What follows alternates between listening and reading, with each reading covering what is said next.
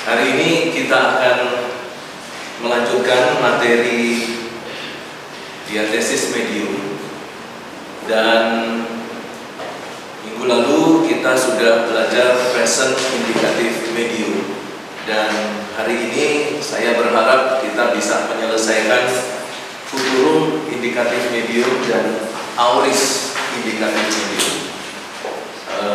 Kalau sebenarnya sebelum futurum ada satu lagi ya, imperfect indikatif medium. Ya, kalau bisa seluruh tenses medium, seluruh tenses yang berdiatesis medium, ya, kita bisa selesaikan hari ini. Dan juga sebelum semuanya itu kita akan bersama-sama mengerjakan satu soal yang kemarin jadi PR kita. Dan kalau saudara sudah menyelesaikannya, silakan nanti bisa dikumpulkan, atau mungkin ada yang menyelesaikan dalam bentuk file, bisa dikirim ke email.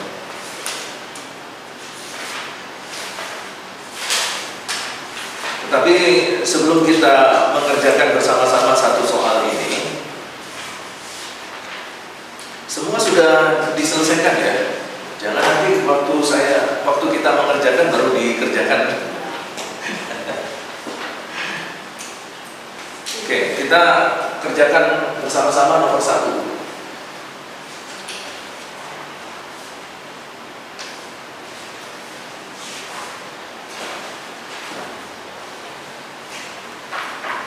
Ya, kalau saudara melihat, ya bisa juga ditulis di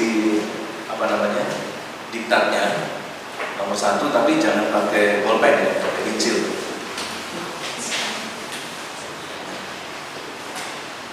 Nah, dalam bahasa Yunaninya berbunyi pos erphontai hai telomai kai hoi hamartoloi eis tes basileian tun uranun pro humon tun farisaiun.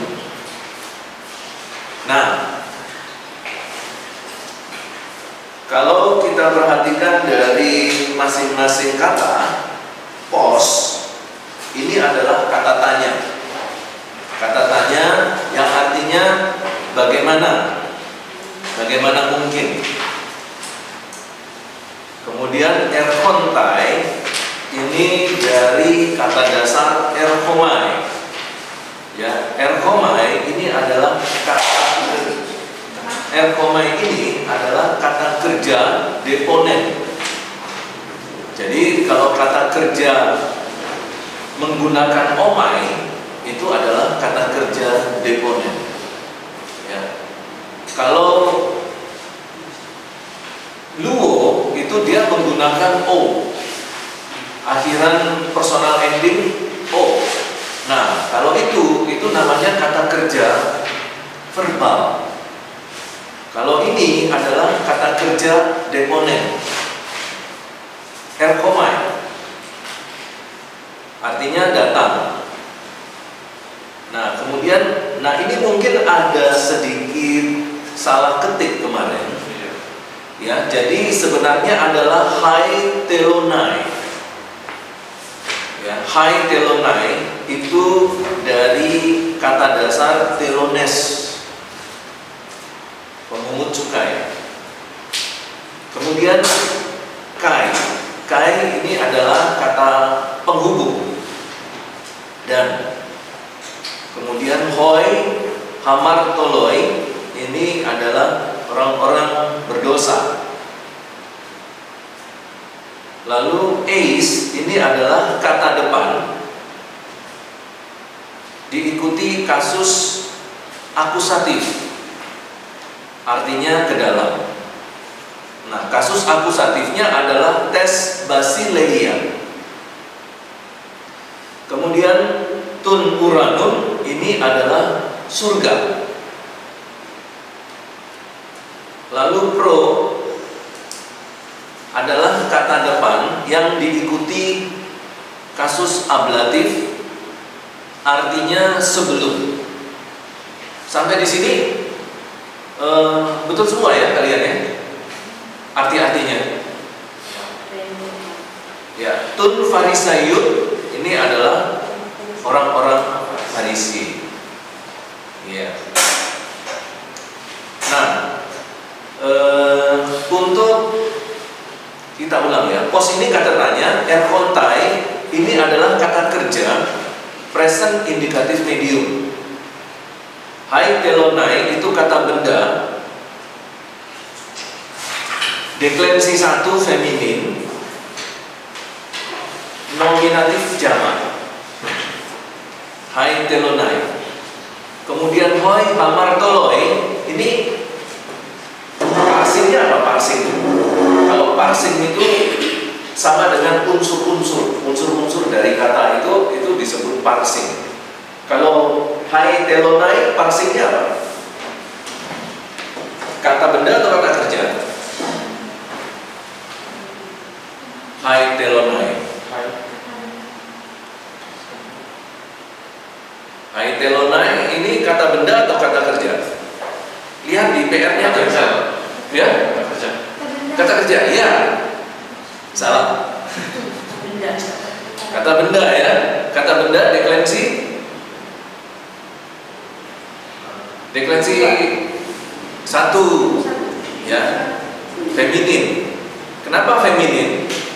Karena dia menggunakan kata sandang hai. Kalau hoi, nah itu baru deklensi 2. Tapi kalau hai, deklensi 1. Ya, deklensi 1 feminin. Yang ini kan salah ketik ya? Iya salah ketik. Oh gitu, ya. Ya, berarti dibetulkan aja ya. Nah, hai telonai itu deklensi 1 feminin. Kasus apa? Ya, nominatif tunggal atau jamak? Ya, artinya pemungut cukai ya. Tadi dan itu sudah kata penghubung. Hoi hamartoloi. Ini kata benda atau kata kerja? Hoi hamartoloi. Ya, kata benda deklensi 2. Ya, karena kata menggunakan kata sandang hoi. Pak, itu Pak. Emang itu kan sebenarnya bukan tunggal tapi jamak. Mana? Emang. Katakan. Hemun. Oh iya, jamak. Ya, ini jamak.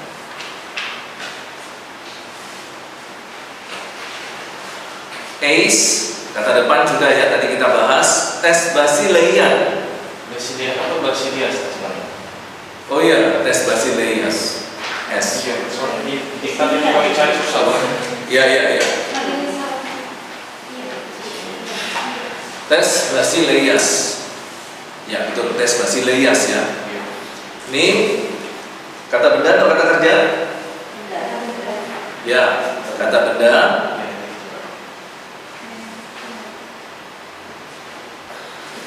Maskulin atau feminin? Feminin. Ya, feminin tunggal. Genetif ya. Artinya kerajaan. Oke. Tun Uranun. Kata benda. Jamak. Ya. Maskulin. Oke. Nah, artinya surga ya. Pro ini sudah saya tulis kata depan dan ablat.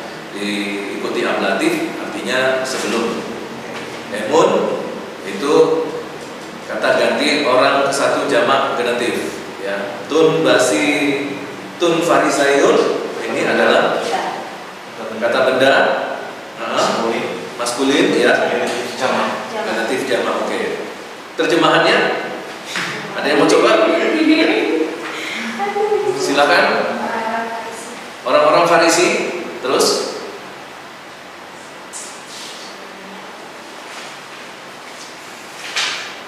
Ya, lanjut. Mengapa pemungut cukai dan orang-orang berdosa pergi kepada orang-orang Farisi ke dalam kerajaan surga? Ya, tidak apa-apa. Ada yang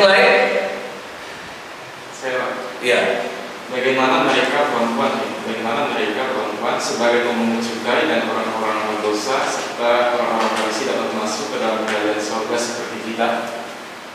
Oke, sepertinya mana ya? Kayaknya dari tadi kita tidak menerjemahkan seperti ya. Kita baca. Iya. Yang lain?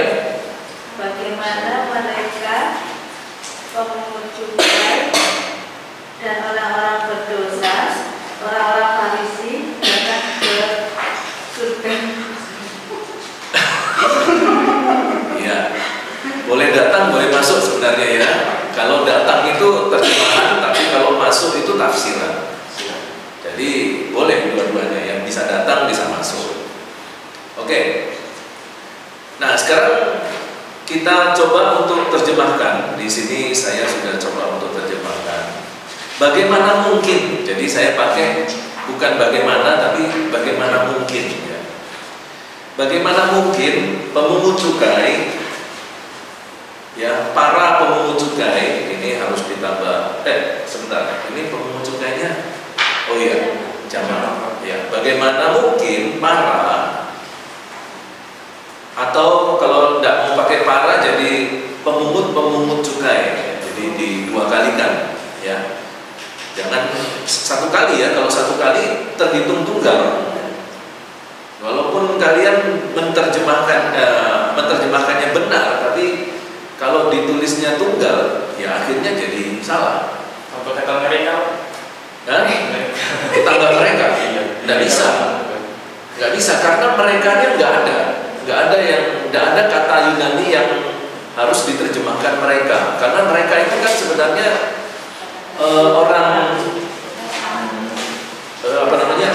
kata ganti orang jamak gitu ya. Nah harus ada kata ganti orang jamaknya. Dan kalau nggak ada, kita nggak bisa terjemahkan. Ya harus diterjemahkan nominatifnya. Ya nominatifnya ada dua, pemungut cukai dan orang-orang berdosa. Dalam bentuk jamak semua. Jadi bagaimana mungkin para pemungut cukai dan orang-orang berdosa datang bagi diri mereka sendiri? Itu harus ditambahkan. Datang bagi diri mereka sendiri. Kenapa? Kenapa ada kata bagi mereka sendiri? Karena kata kerjanya adalah kata kerja present indikatif medium. Nah, karena medium jadi harus ditambahkan dibagi diri mereka sendiri. Misalnya luomai ini medium orang pertama tunggal. Ya, present indikatif medium orang pertama tunggal. Diterjemahkan, saya melepaskan diri saya sendiri. Itu yang kemarin kita belajar kan. Saya melepaskan diri saya sendiri. Lue atau lue, ya kamu melepaskan dirimu sendiri. Jadi harus ada diri sendirinya. Nah kalau misalnya kalimat itu lebih cocok ditambah untuk atau bagi, tidak apa-apa kita tambahkan. Tujuan supaya mediumnya itu lebih nampak, ya mediumnya lebih nampak. Jadi bagaimana mungkin para pemungut cukai dan orang-orang berdosa datang bagi diri mereka sendiri ke dalam kerajaan surga sebelum orang-orang Farisi kita. Jadi orang-orang Farisi juga masuk ke masuk ke surga. Bagaimana mungkin orang Farisi masuk ke surga? Tetapi sebelum orang Farisi masuk ke surga, ternyata ada gerombolan para pemungut cukai dan orang-orang berdosa yang oleh kemampuannya sendiri, oleh perbuatan baiknya sendiri, itu mencoba untuk masuk ke dalam kerajaan surga. Bagaimana mungkin? Ya itu jadi kenapa harus ada kata sebelum? Karena ada pro di situ. Pro itu kan kata ganti, kata depan, ya preposisi diikuti kasus ablatif. Nah, jadi terjemahannya misalnya seperti ini. Nah, kalau misalnya ada di antara kalian yang protes gitu ya, Pak, saya nggak setuju dengan terjemahan yang Bapak berikan. Oke, kalau tidak setuju, maka cara yang terbaik untuk membuktikan siapa yang benar, apakah saya yang salah atau kalian yang salah, nah itu harus dengan diagram tata bahasa.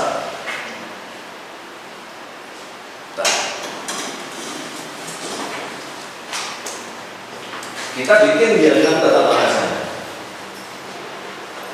Untuk munculkan diagram tata bahasanya harus koneksi internet dulu. Ini OneNote-nya itu terkoneksi dengan komputer saya di rumah. Jadi kalau saya ngetik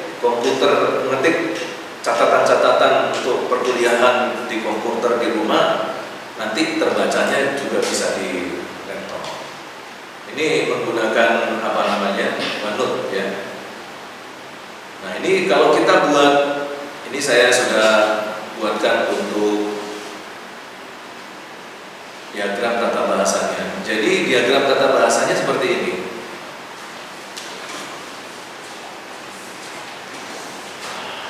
Pos Erkontai, jadi di sini pos dia harus berada di bawah nominatif. Ya. Kenapa? Karena yang ditanyakan adalah nominatifnya. Jadi bagaimana mungkin pos? Jadi kita bikin seperti ini. Ini memberikan keterangan untuk kata yang dijelaskan. Pos, bagaimana mungkin? Nah, hoi, hai, telonai, telomai, dan kai, hoi, hamar toloi, ini nominatif. Ya, kemudian di sini ada kata kerja present, indikatif, medium.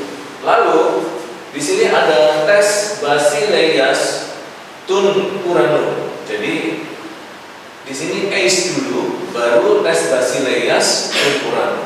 Ya. Di sini ini kata depan ace pro, baru diikuti oleh ace, diikuti oleh akusatif. Ya, pro diikuti oleh genetif. Di sini ada baru tun uranun, itu menjelaskan basileias. Kenapa? Karena tun uranun ini adalah kata benda milik. Jadi basileias terus baru di bawahnya tun uranun. Ya, jadi cara membuat diagram tata bahasanya seperti ini. Dan ace pro itu menjelaskan predikatnya, ya, menjelaskan predikatnya. Nah, di sini kalau kita perhatikan di tes basileias, nih ya, ini salah tulis lagi, ini harusnya S ya, tes basileias ini adalah akusatif. Tapi kenapa akusatifnya dia tidak di sini? Akusatif itu kan objek langsung. Jadi kalau kita tulis SPOK-nya, subjek, predikat, objek, kan harusnya begini. Subjek, predikat, objek, langsung. Nanti kalau ada objek tak langsung, dia di bawah predikat. Objek, tak langsung. Nah, subjeknya kan pemungut cukai dan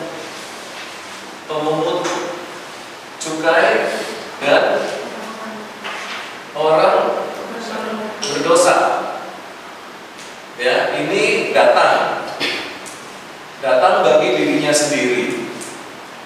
Nah, lalu di situ ada akusatif sebenarnya, tes basileias. Tapi kenapa kok dia tidak ditaruh di sini?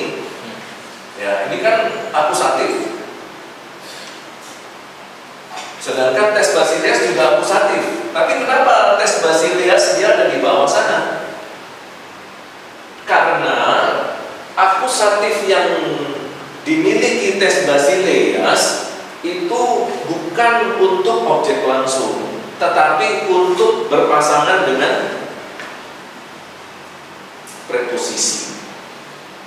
Jadi tes Basileas memang ada akusatifnya, tetapi akusatifnya bukan untuk objek langsung, akusatifnya untuk berpasangan dengan preposisi eis. Karena itu kasus tes Basileasnya itu tidak dilihat sebagai objek langsung, tetapi dilihat sebagai pasangan dari eis itu. Jadi jangan sampai nanti keliru di dalam menerjemahkan. Tapi kalau misalnya eis ini nggak ada, ya, eis tidak ada, langsung tes Basileas turpuranum, berarti nanti dia tempatnya di sini. Ya, jadi di sini tes Basileas ini, ya, tun dan seterusnya. Turpuranum. Kalau tidak ada eisnya, ya, tapi kalau ada eisnya dia harus dibawa. Kenapa? Karena memang peraturannya kalau eis dia harus dimasukkan sebagai kata penjelas. Ya, kata penjelasnya dia harus letaknya di bawah. Seperti ini.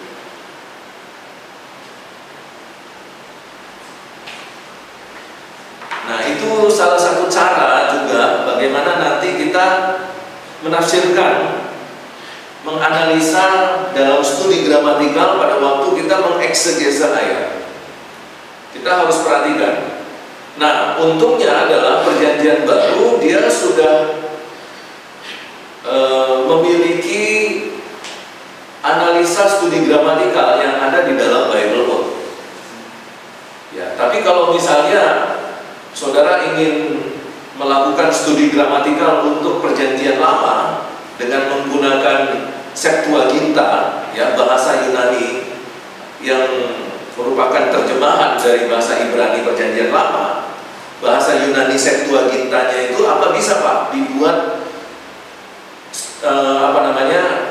diagram tata bahasanya? Oh, bisa. Selama dia sudah berbentuk sebagai kalimat Yunani, itu bisa. Ya, kenapa bahasa Ibrani tidak ada, Pak, diagram tata bahasanya? Karena belum ada yang membuat peraturan bagaimana cara membuat diagram tata bahasa dengan menggunakan tata bahasa Ibrani. Itu belum ada yang buat. Selama ini yang sudah dibuat adalah untuk bahasa Yunani. Apakah bisa, Pak, nanti kalau menggunakan diagram tata bahasa Yunani untuk tata bahasa Ibrani? Ya, boleh kalau mau coba-coba, ya, boleh. Ya, mudah-mudahan nanti cocok gitu ya dengan aturan tata bahasa Yunani yang dipakai untuk membuat diagram tata bahasa Ibrani. Kalau cocok ya bisa, tapi kalau nggak cocok ya udah berhenti aja. Tapi kalau saya belum pernah coba. Saya belum pernah coba membuat diagram tata bahasa Ibrani meminjam diagramnya tata bahasa Yunani. Itu belum pernah saya coba.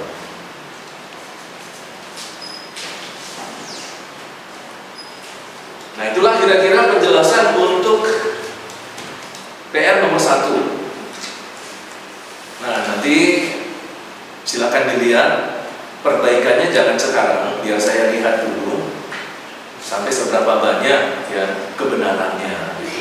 Jangan kesalahannya itu terlalu negatif thinking.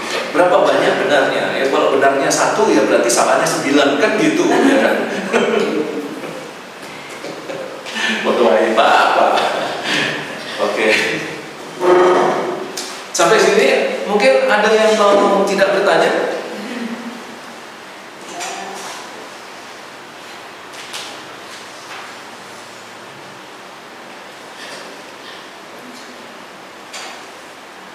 Nah, sekarang mari kita lihat dulu bahasa Yunani yang harus kita pelajari itu seperti apa? Ya, jadi di sini saya sudah buat semacam kerangkanya. Jadi kalau guru-guru sekarang itu dia harus membuat semacam mind map, peta konsep. Guru-guru sekarang itu walaupun guru agama itu harus membuat peta konsep apa yang diajarkan dalam setiap materi. Baik itu peta konsep yang umum, termasuk juga peta konsep untuk materi itu sendiri. Jadi peta konsep dari seluruh materi dalam satu semester yang ada di dalam silabus itu dibikin peta konsepnya. Dan materi yang diajarkan hari ini itu juga harus ada peta konsepnya.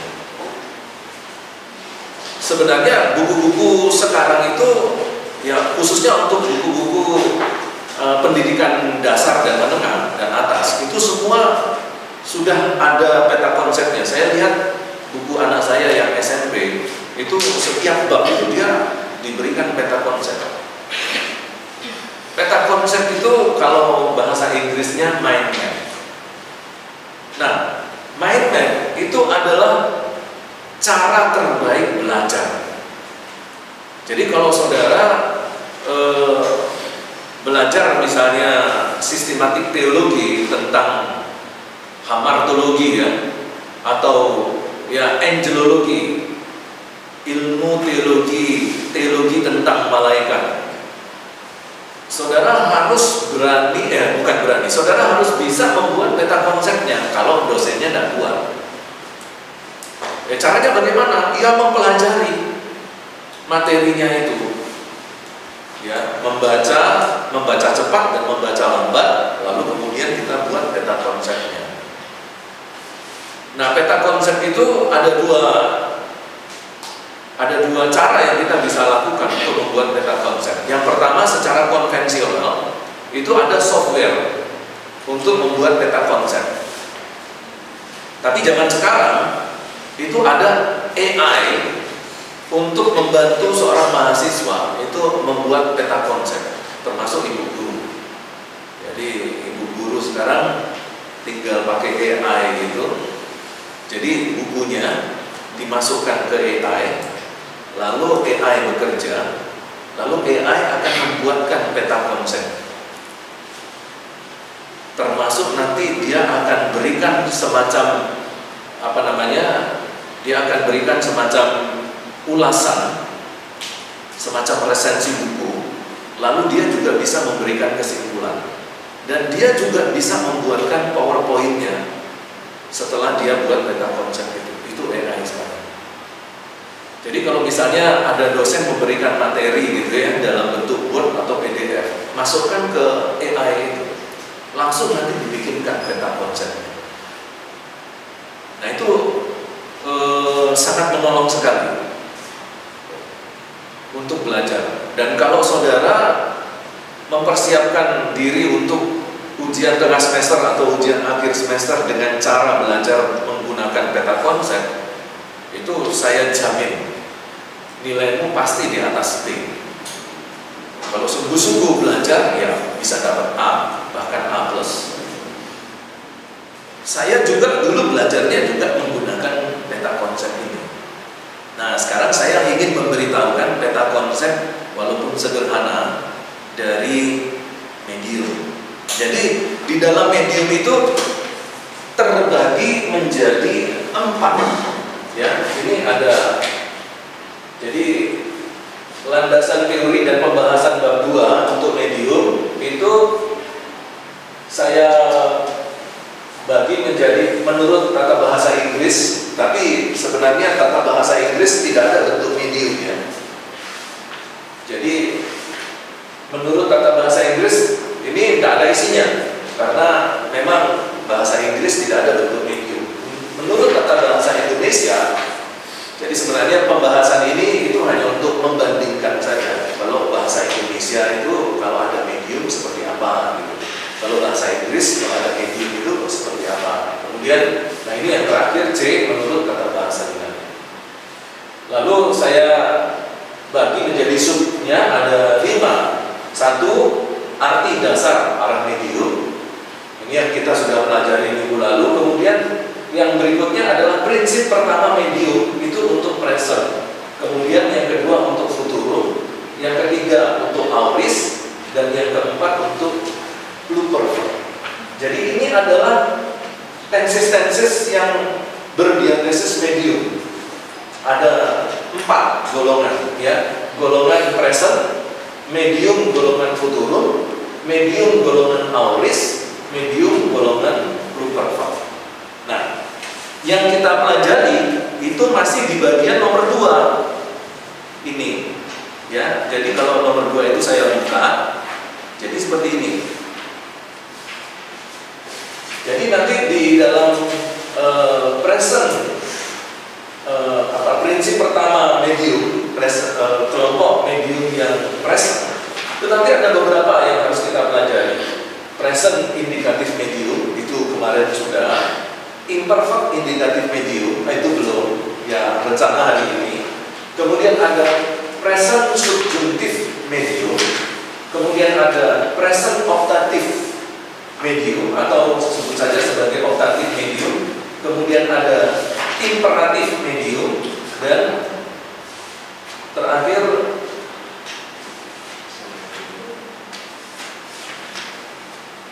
infinitive medium. Ya, ini karena ada tompel di sini.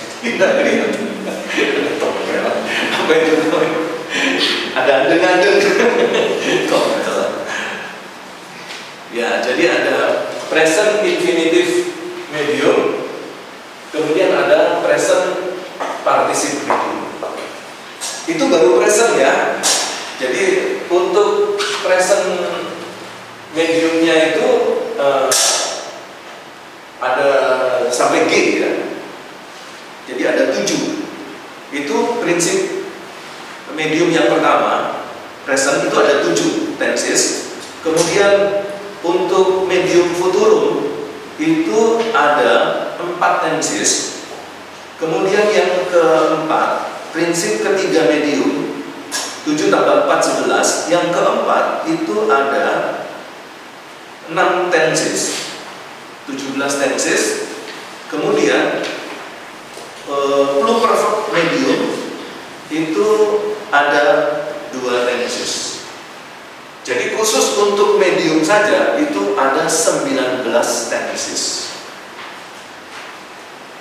Nah, 19 tenses itu mereka punya paradigmanya sendiri-sendiri.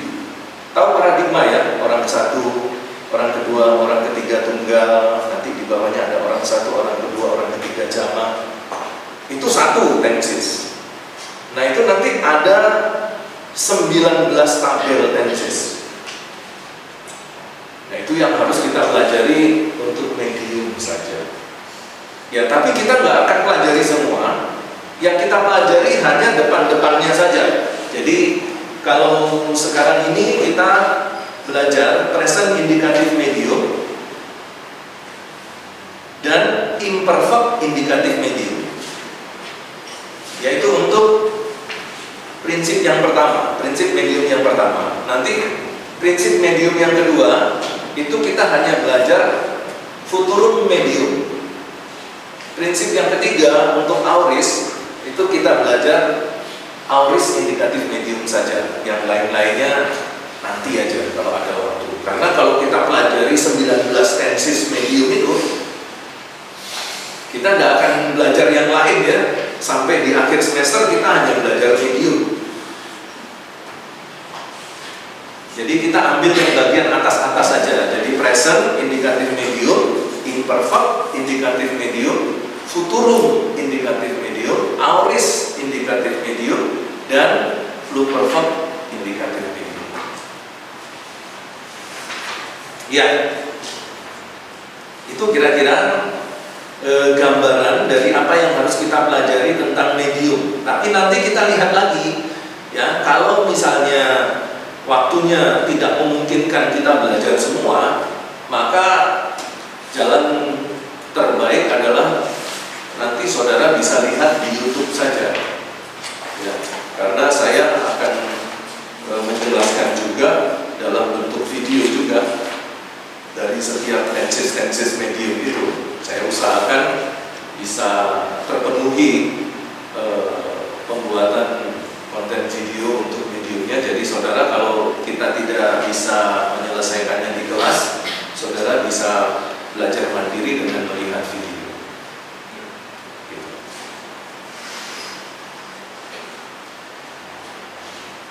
Nah, kemudian yang perlu kita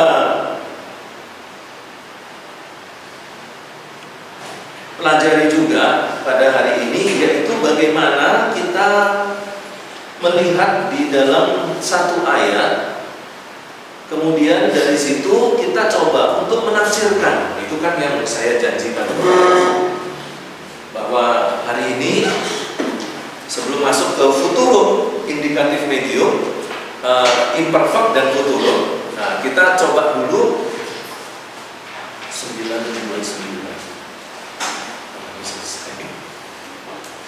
Ya, kita coba dulu satu ayat yang bisa kita coba untuk eksegesis secara sederhana.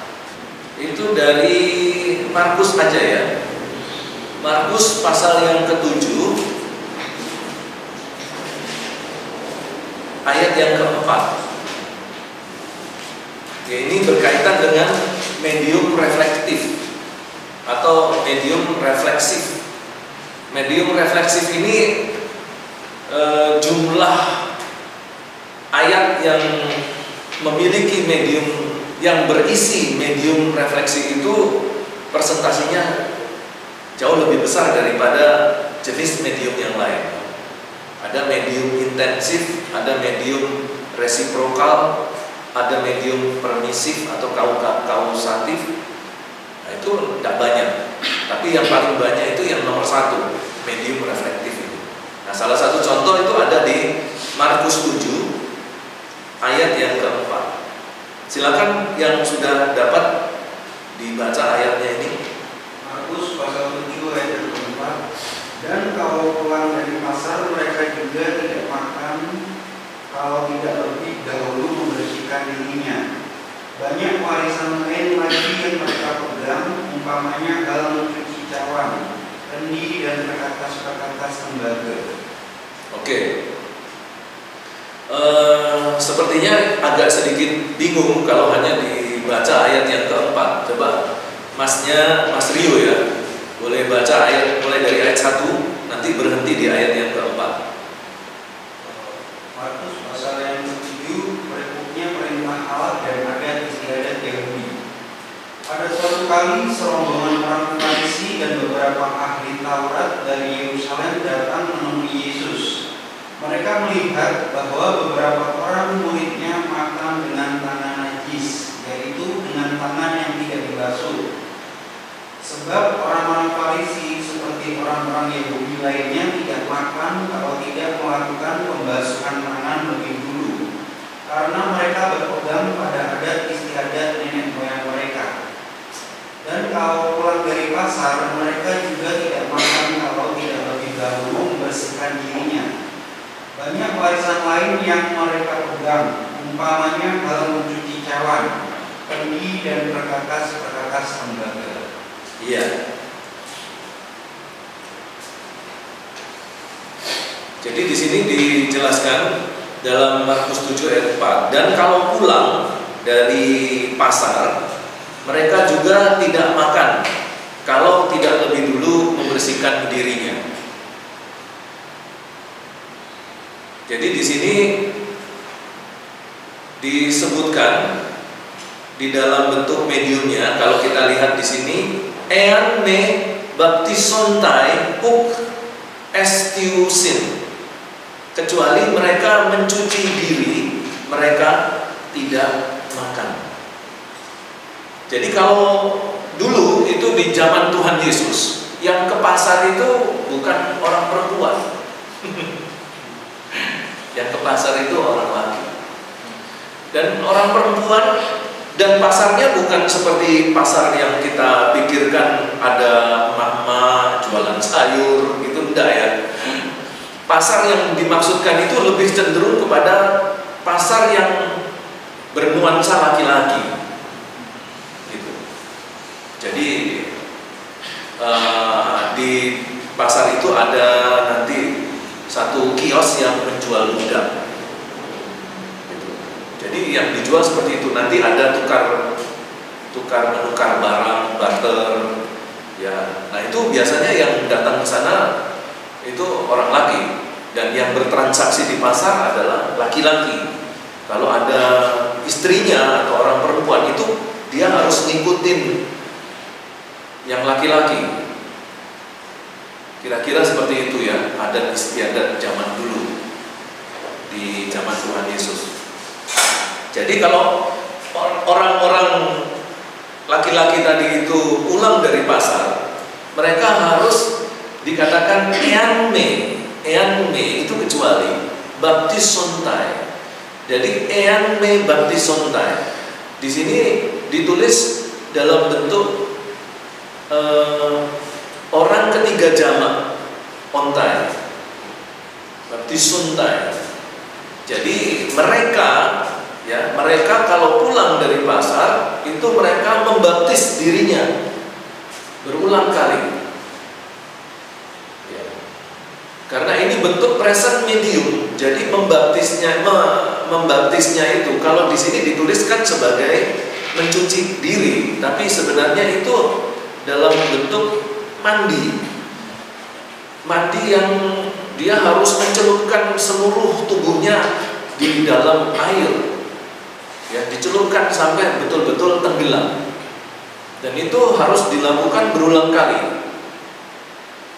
Kalau saudara perhatikan adat istiadat ini, kita jadi mengingat itu terkena kusta dan dia disuruh membaptiskan dirinya sendiri, mencelupkan dirinya sendiri sebanyak 7 kali itu di dalam sungai Yordan. Naaman ya? Naaman ya? Oh iya, Naaman. Ya, saya percaya guru agama. Iya, Naaman.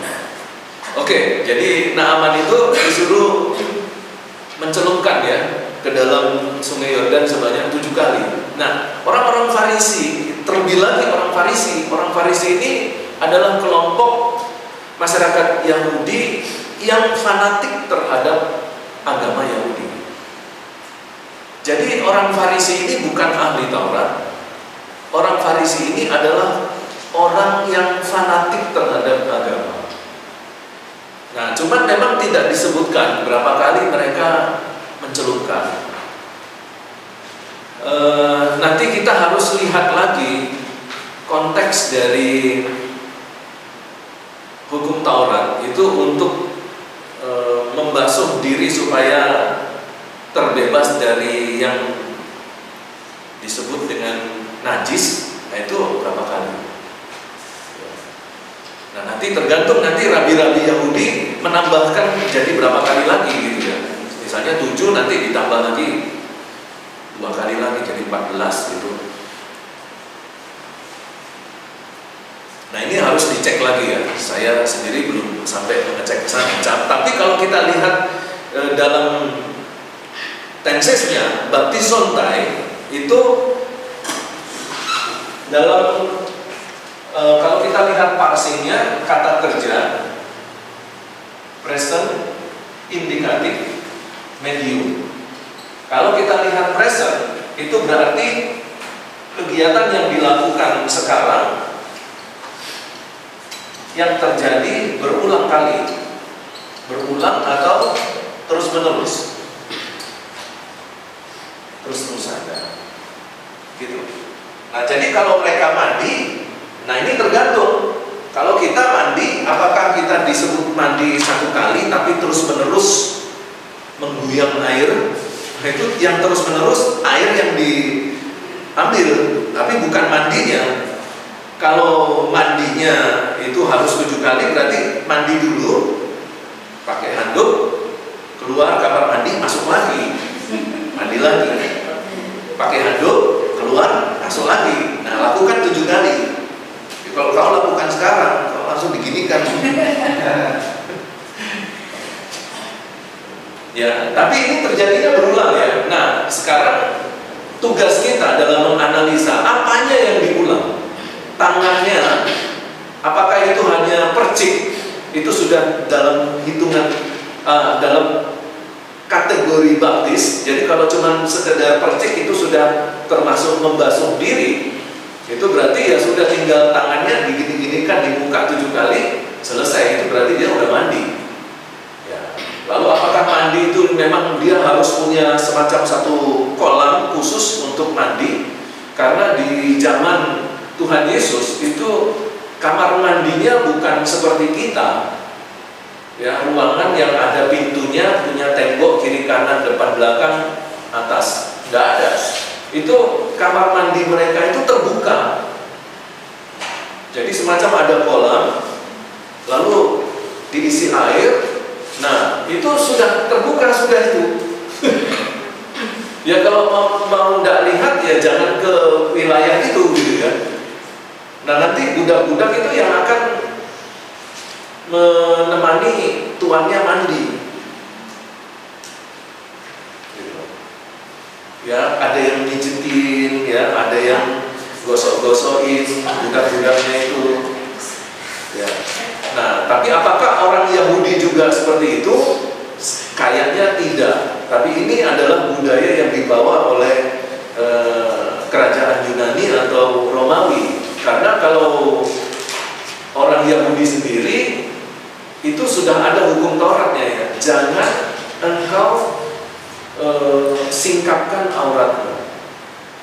Itu artinya bahwa orang Yahudi itu memang betul-betul menutup bagian-bagian sensitif yang dari tubuhnya.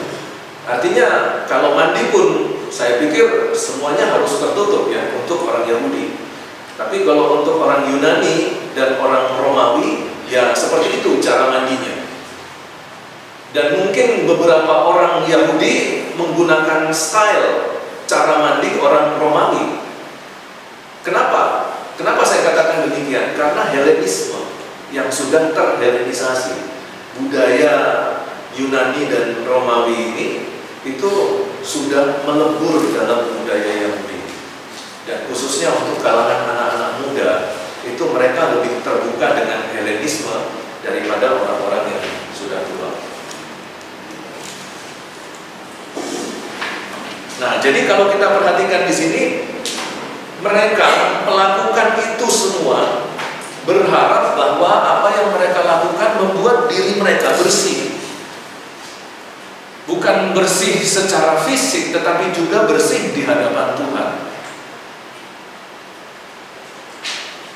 Karena itulah kemudian Paulus mengatakan di dalam beberapa suratnya, khususnya di Roma, bahwa kita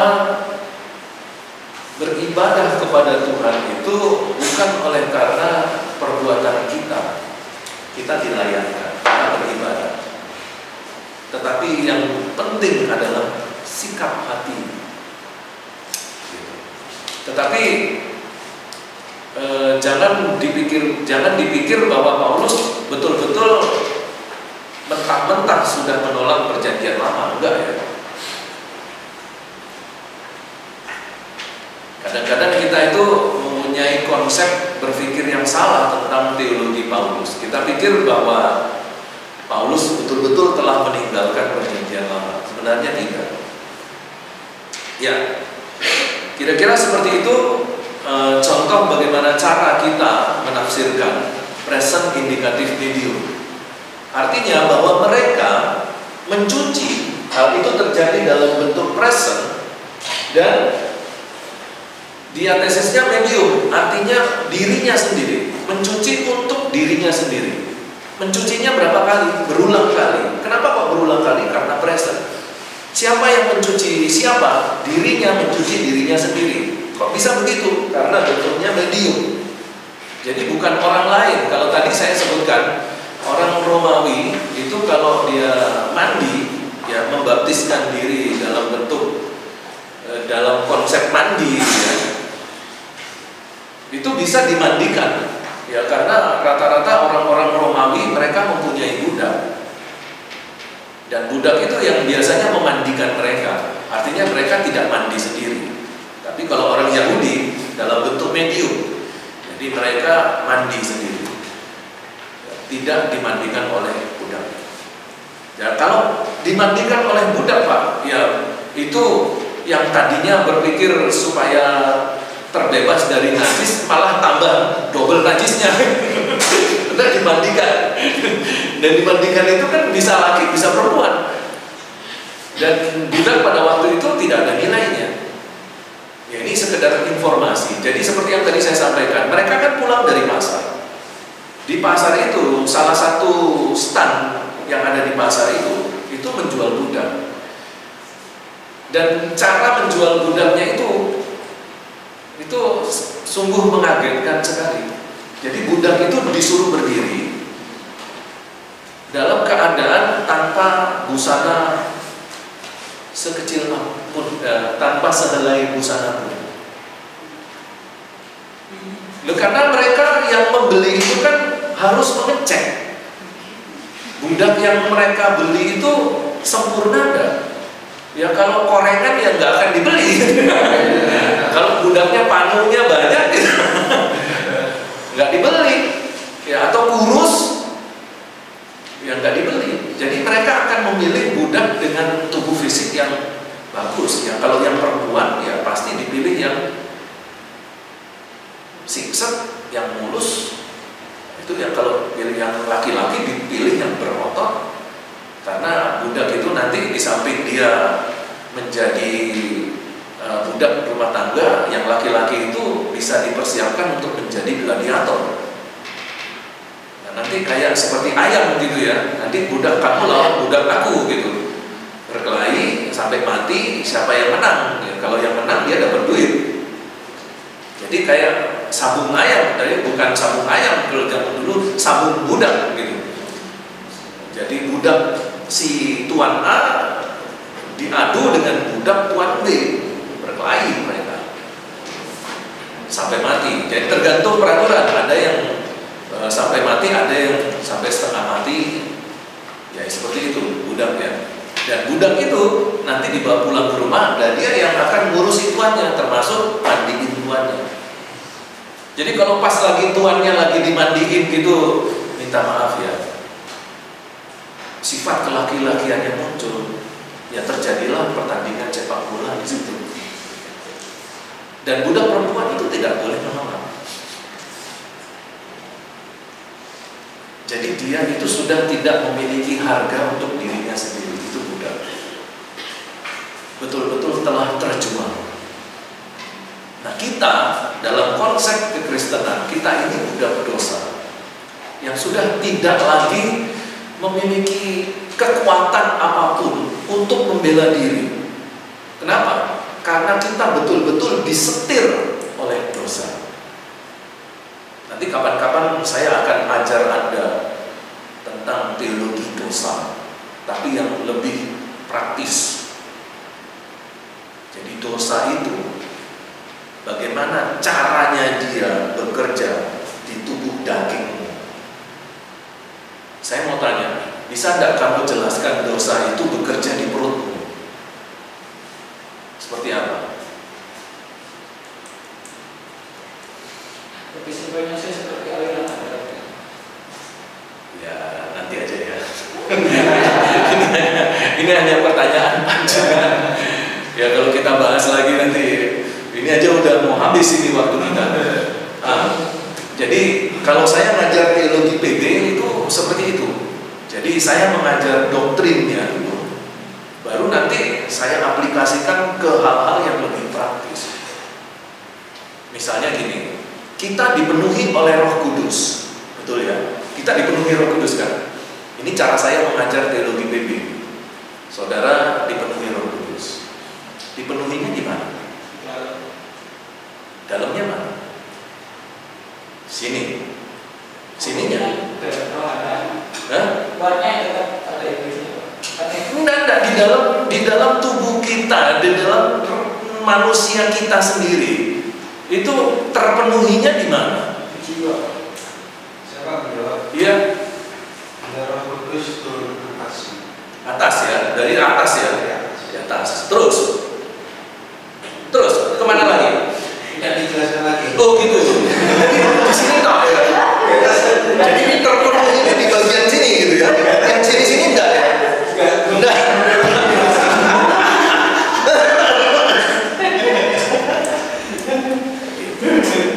Manusia itu kan terdiri dari tubuh, jiwa, dan roh. Saya mau tanya, jiwamu bentuknya seperti apa? Jiwamu bentuknya seperti apa? Apakah jiwamu itu ada jiwa tangan, jiwa kaki? Jadi kalau misalnya ini ada nanti saudara cek ya di apa namanya di internet yang disebut dengan proyeksi astral.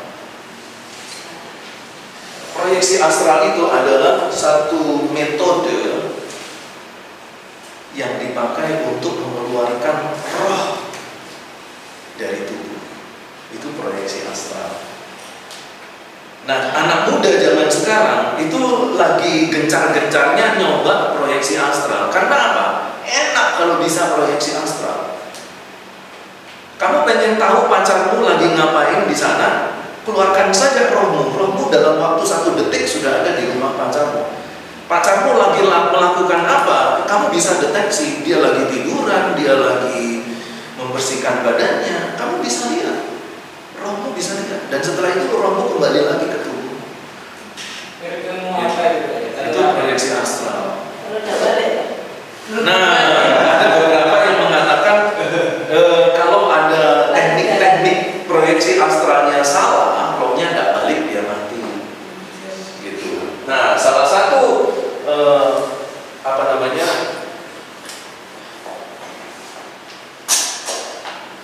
Bukan upacara ya, semacam apa ya?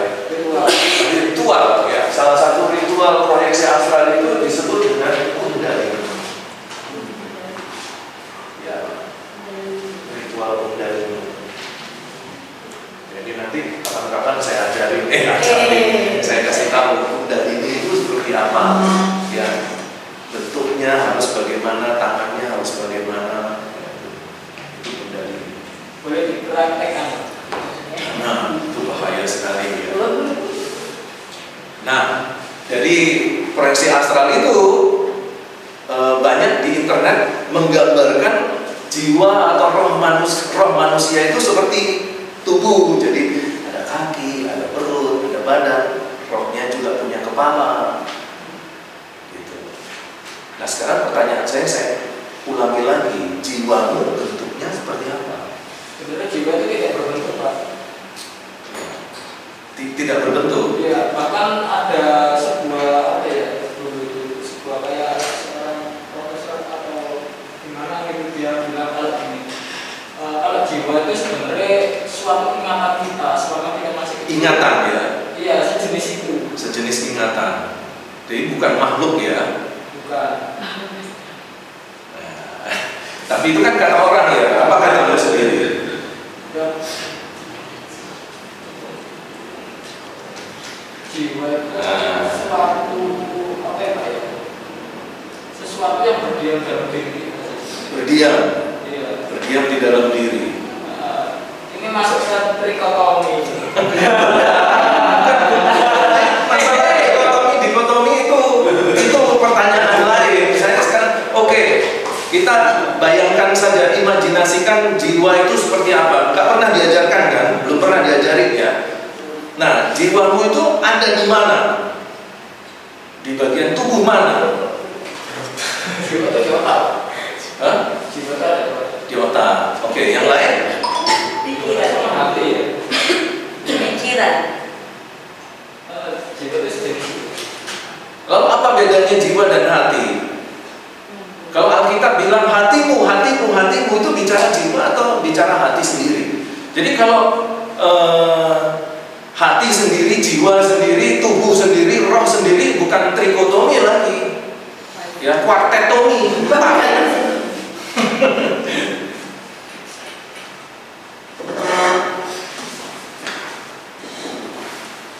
Berarti ada dua jawaban, Pak. Hati dan roh, pikiran dan hati. Kalau enggak itu ya pikiran sendiri. Nah sekarang dosa itu mancepnya di mana? Jadi seluruh. Mancepnya di roh, mancep di jiwa, atau mancep di tubuh. Tapi ada istilah kedagingan. Jadi dosa itu mancepnya di tubuh. Macamnya di roh, cuma kan itu satu-satuan. Dasar firman Tuhannya di mana? Enggak, ini cuma obrolan. Oh cuma Aku tahu jawabannya.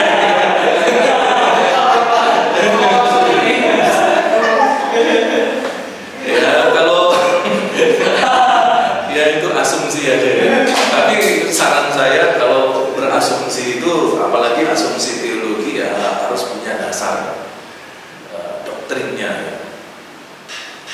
Dasar dogmatikanya. Oke lah. Nah itu yang saya ajarkan kalau saya ngajar teologi BB. Saya ngajar jiwa manusia, roh itu seperti apa, jiwa itu tempatnya di mana. Jadi kalau mahasiswa yang saya ajari itu ditanya, yang enggak lolak-lolok kayak ketek itu loh. Ya orang Jawa ngerti, ya orang yang bukan Jawa nggak ngerti. Coba ibu jelaskan apa itu lolak-lolok kayak ketek gitu loh. Nggak tahu, nggak ada yang tahu kalau bukan orang Jawa. Ketek itu ketek, tahu ketek? Ketek itu kera itu kera. Kamu coba, tulung itu kayak mainan anak-anak yang seperti senjata. Dia itu kayak batang padi ya dia. Batang padi, terus di dalamnya itu dikasih pelurunya itu biasanya kacang hijau. Dulu saya waktu masih kecil itu main tulung itu pakai, jadi kacang hijau masuk di mulut gitu. Nah lupa ketahuan juga. Nah itu tulung namanya. Kalau orang Dayak itu ada itu yang senjata apa itu pakai apa? Pakai jarum. Ya. Teman orang kalau anak-anak kecil di Jawa itu pakai kacang hijau gitu. Nah kalau kamu lihat monyet, coba kamu tuluk gitu pakai kacang hijau, ya, kena dia tes. Apa yang dia lakukan? itu bahasa Jawanya ya kiri kanan itu lolak-lolok itu. Lolak-lolok. Nah itu sama kalau orang ditanya nggak bisa jawab, ya itu.